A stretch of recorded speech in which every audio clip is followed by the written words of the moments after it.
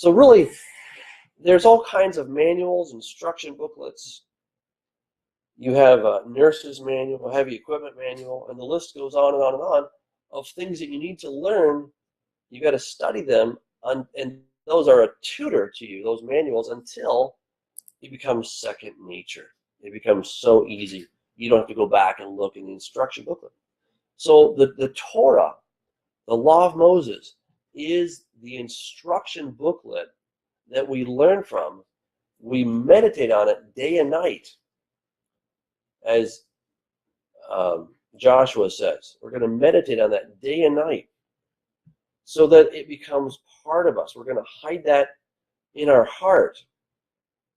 And that's why God says, this book of the law shall not depart from you, but you shall meditate on it day and night, that you may observe to do according to all that is written in it. For then you will make your way prosperous, and then you will have good success. You see, if you want to be a successful driver, what do you need to do? You need to study the manual. You need to know it, know what to do in a situation. Right? You need to know that, when you come to a four-way stop sign, who has the right of way? If you don't do that, it could cause an accident. You need to know that when you come to a red light, you need to stop. Right? Again, if you don't, it could cause an accident, maybe death. And this is really what God has given us. He's given us his instruction booklet that leads to life if we keep it.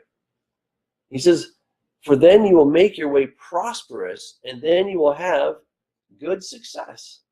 Guess what? The Lord wants us to be successful. He really does. This notion that he wants us to be poor, and I don't mean that people are never poor. I'm not into the social, whatever the gospel, the health, wealth kind of stuff. But, to some extent, okay, I'm not saying that we're all going to be, multimillionaires. Because there's a lot of people that abuse that. But what I'm saying is that if we follow God's instructions, we will have a certain level of success. It might involve money. That'd be great. It might involve relationships. Could involve your work. Could involve all of those things. Right? And it could be that we were born into a family that our parents did not observe certain laws, and their parents didn't observe certain laws, and their parents. And so now we're carrying on this tradition of not observing certain laws. And that's why there's conflict and strife and great challenges in our families, because at some point we're not doing what God told us to do. It doesn't in any way invalidate the instructions that God has given us. Okay? And another thing we need to understand is that never, ever, ever does the Bible ever say that by keeping the law you can be saved. It never says that. It never says that. And it's funny because I used to have these debates with this anti-missionary woman. And, one day I said to her, I said, well, a Jewish anti-missionary from Israel, very sharp, knows the New Testament really well, okay? And I said, well, you guys think that you have to keep the law in order to be saved. And she said to me, no, we don't. We don't think that. I said, well, yes, you do. I know better than they do, right? And she says, no, we don't. She says, we keep the law because God told us to. Because we already have a relationship with God. And I was kind of dumbfounded for a minute. I was like, wait a second. You're not keeping it in order to score points and get to heaven? No. Well, this is amazing. Because, what I had heard, what I was taught, is that your average Orthodox Jew, I'm not talking about the completely apostate, secular Jews, okay? I'm talking about the religious ones that are observing the Torah, okay? That they were keeping it in order to try to earn their salvation. But they're not. See, it'd be like saying to a child who's adopted, well, you're just doing what your father says because you want to be part of the family. And the kid would say, what are you talking about? I already am part of the family. I do what my father tells me to do because I love him. And he told me to do it. See, that's the difference of keeping the Torah. All right? Now, we're going to see that the Torah is more than sort of the do's and the don'ts. We have the book of Genesis, which in Hebrew is Bereshit, means the beginning or in the beginning. And of course, then it's followed by the book of Shmot, which is Exodus, followed by Vayikra, which is Leviticus. Then comes Bamidbar, which is Numbers, and then Dvarim, which is Deuteronomy. So Bereshit is in the beginning. Shmot is names. Leviticus or Vayikra is and he said. Bamidbar is in the desert. And then Dvarim is words or things. It's kind of the same word. Word and thing is the same in Hebrew. So those are the different names that we have. So those encompass what we call the Torah or the Pentateuch. Now, to some extent, we can talk about the Torah being really all of God's word, okay? Because where good instructions go beyond what we find there. We find great instruction in the Psalms. We find great instructions in the prophets. Certainly, in the book of Proverbs, we find good instruction. So when we talk about Torah, we can sort of use this global umbrella to talk about really anything that's God's word. But more specifically, we're talking about the first 5 books of Moses. Those are really the Torah. And we don't have a lot of outright laws in the book of Genesis, or let's call them instructions. Be careful of instructions.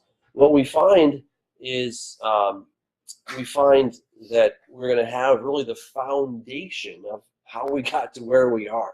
Right? And the first 11 chapters of Genesis move along at lightning speed. I mean, we cover so much ground in so few chapters. But the point is to get us up to this relationship that God starts with Abraham. From there on, it's God dealing with Abraham and his descendants and how God would bless him and his descendants forever. That becomes the topic of the rest of the Bible, right? And it's a big topic, right? And so once you begin to see that the centrality of this whole thing is Abraham and the covenant that God made with Abraham, Isaac, and Jacob. And so then as a Gentile, that we are grafted into that covenant, that we get to become part of that. It's not the other way around. God didn't get rid of all that stuff. Well, that was the Old Testament. No. It's the same. The Abrahamic covenant is still in force, by the way. So are we a descendant of Abraham? No questions. Okay, so we become part of the nation of Israel. Okay, we become part of the nation of Israel. We're going to get into that as we go along. Okay, there's obviously a lot to talk about, but I want to impress upon you the word Torah. Okay, I want to impress upon you the word Torah. So, unfortunately, it has been translated as law for so long. But I want to take a look at some words, some passages, and then we're going to substitute the word law for instruction. And we're going to see that it has a different nuance. It's going to feel a little bit nicer, I think. Because instead of it, I think of law, I think of, man, you got to do this or you're in massive trouble and the police are going to come after you and you'll be in trouble with the IRS or whatever because it's a law. Or instead of instructions, like the instruction book that comes with your new phone, or the instruction book that comes with your microwave, or the instruction book that comes with taking a class telling you how to do it, so that if you follow the instructions, you will succeed in that venture. If you do it according to the way they tell you to do it, then this is going to happen. It's natural consequence if you follow the method that they're telling you to follow. If you don't, then things totally go awry. Okay, so we need to take a look at it. So Exodus 12:49. Exodus 12:49. One law shall be for the native born and for the stranger who dwells among you. So here the word for law is the Torah. So think about this.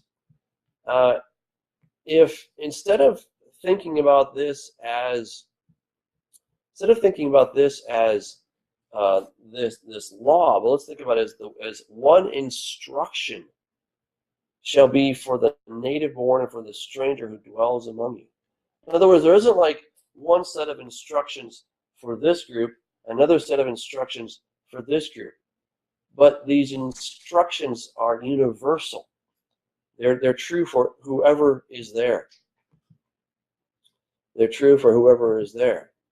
We also have in Exodus 13:9, and it says, "It shall be a sign to you on your hand and as a memorial between your eyes that the Lord's instructions may be in your mouth. For with a strong hand the Lord has brought you out of Egypt." Okay, again, it's the good things that God has told you and that he wants you to remember. We have in Exodus 16, "Then the Lord said to Moses, Behold, I will rain bread from heaven for you, and the people shall go out and gather a certain quota every day, that I may test them, that they will walk in my instruction or not." Again, it's really, you're the coach of a team, okay? And you tell your players, and you've got just tons of experience. You know what you're talking about, okay? You are telling your team how to do it. When you observe them and you see that, these guys are really doing what I tell them to do. And these guys over here, not that they can't do it, but they won't do it. They're not practicing the things that I've told them to do. I've talked to them about it. "Hey guys, what are you doing?" "Well, we don't really feel that way, coach." "Oh, okay. All right." So come game day, who are you going to put up there on the floor? You're going to put the people that were doing what you told to do, right? Because they are following your instructions. You know how to play a game. These guys are pretty green, right? They've got some talent, but they're still pretty green in the whole thing, and they're going to do the things the way they want to do it. Well, you bench that guy. Well, you're just not going to play it because I have a strategy. I've been playing this for 30 years. I know how to play basketball, you might say. And you are pretty young and inexperienced. Okay, you can jump, but what else can you do, right? So, again, God is giving us his instruction, and here he's going to see, are you guys going to do what I say or not? It's the word Torah. It's the word Torah. 16:28, same chapter. And notice here, it says, I'll start in verse 25. "Then Moses said, Eat that today, for today is a Sabbath to the Lord.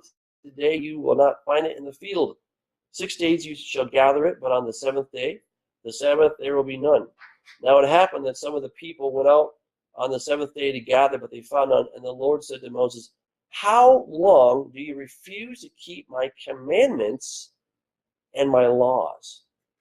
You see, when we make a distinction between the word command and law, now where the word law and Torah, okay, now you got to look at these commandments, things he's telling you to do, and his instruction, Torah, his instructions.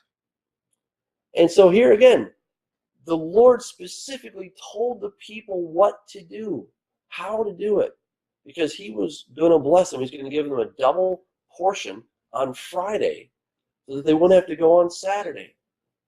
It's not that they didn't know what to do. It's that they were rebelling against what they had been told to do. This is Torah. Torah is God's good word to us. It's his instructions. His instructions. And of course, the list of these goes on and on and on, and what we're supposed to do.